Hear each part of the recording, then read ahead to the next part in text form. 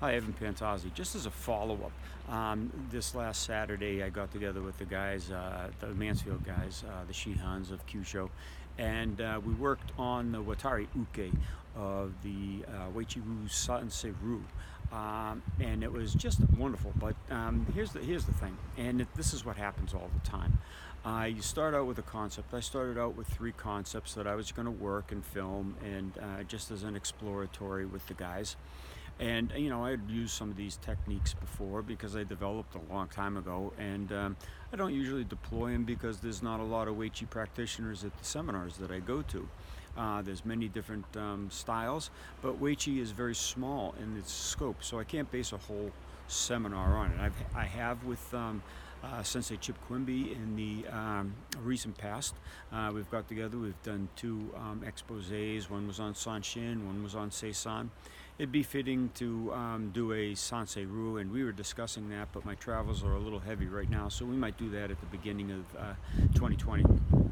Anyway, working on these concepts with the guys, and just showing them some three main techniques that they could use from a distance striking application, and also from two clenched positions, and we used it on the ground as well.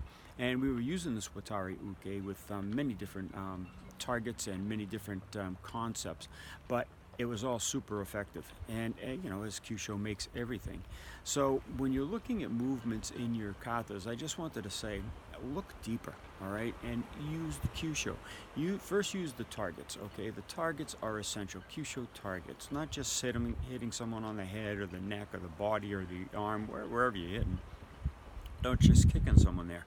Look at vital targets. Look at ways you can attack the inner core of the person, the vital points of the person, and the vital points being nerves or blood or blood vessels, organs, different structures of the body, real structures like reflexive actions. You can attack those, which go directly to the brain stem. So very important that you start studying this as a martial artist, and even more important if you're a martial arts instructor, to pass this on to future generations. Remember, the reason why the martial arts turned to all kids is we were giving stupid answers.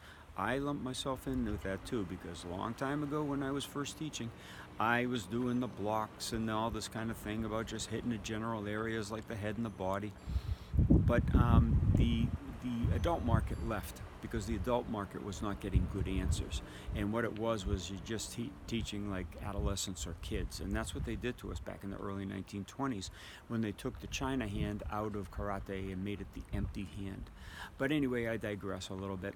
The Watari Uke movement is again a gorgeous movement depicting the dragon methods of the Weichi system. But in its applications, there's some very damaging and really destructive potentials.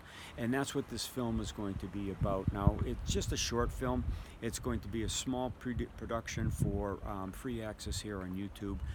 In my Patreon channel, there's going to be more of an explanation where we show you the effects of these attacks.